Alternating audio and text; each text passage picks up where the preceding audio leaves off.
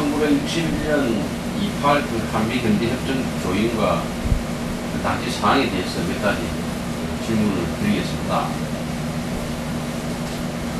한미경제원조협정반대투쟁위원회는 한국전쟁 이후 처음으로 한미 구호를 내걸고 한미경제협정의 불평등 조약이라고 했는데 당시 그때 상황이랑 분위기는 어땠습니까?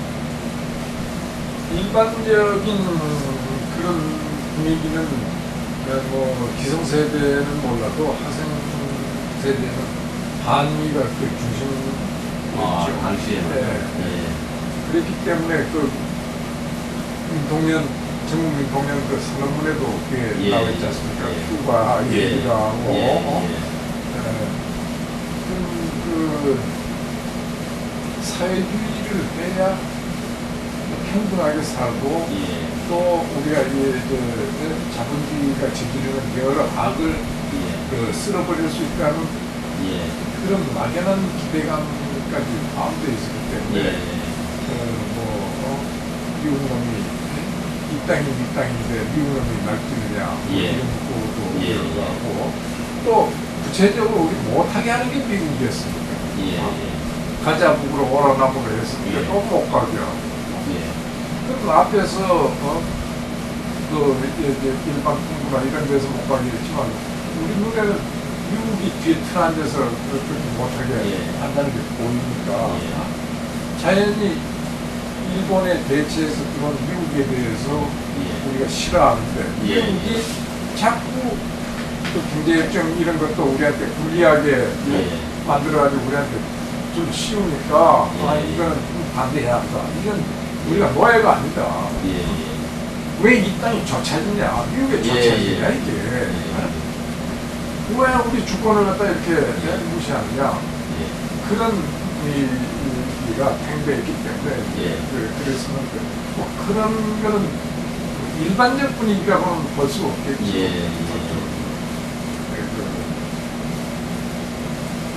그 당시 선생님은 어떤 역할을 했습니까? 그때도 아마 각 대학을 연대하는 그런 조직 사업과 또 강연회 이런 거 할 때 이제 또 서수 목이라도 뿌리고 댕기고 이제 막 요소요소에 풀통 들려가지고 이제 띠라도 붙이게 하고 뭐 그런 거 다녔지. 주로 선생님 공부장에 보면 한미경제협정 중국 학생 투쟁위원회 조직하면서 회합을 갖다가 하면서 여러 시위를 주도하고 이렇게 활동하는 걸로 나와 있습니다. 그 관련되어 가지고 일화랄까 특별한 이런